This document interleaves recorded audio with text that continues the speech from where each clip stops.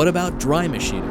Modern carbide tools, with their advanced metallurgy and high temperature stability, allow both mild and hard steels to be cut dry.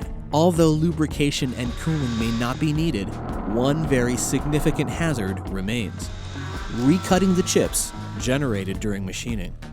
That's where Through-Tool Air Blast comes in.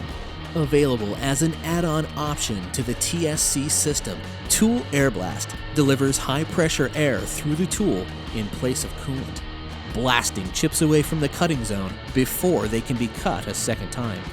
This is particularly useful for deep cavity machining, keeping pockets like the one we're milling here chip-free.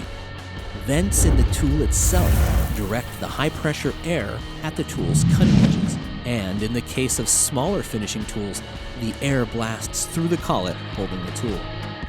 Either way, the result is the same: no chips in the cut and great parts.